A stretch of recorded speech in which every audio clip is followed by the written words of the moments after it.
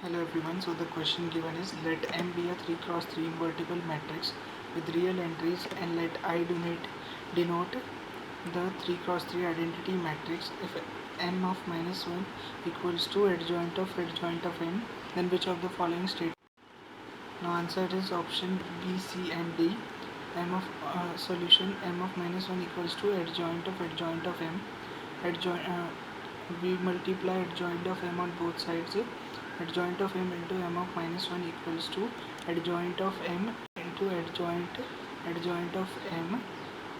Adjoint of m into m power minus 1 equals to n dot adjoint of n. Let adjoint of m equals to n.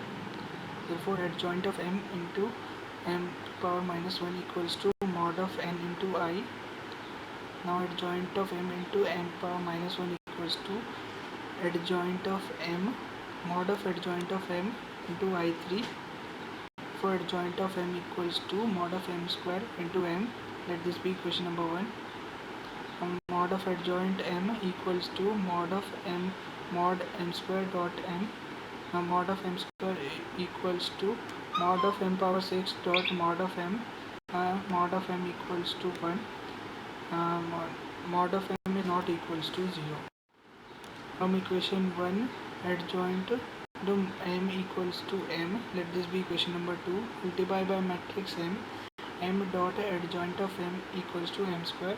Mod of m into I3 equals to m square. Therefore m square equals to I. From 2, adjoint of m equals to m. Therefore adjoint of m whole square equals to m square, which is equals to I.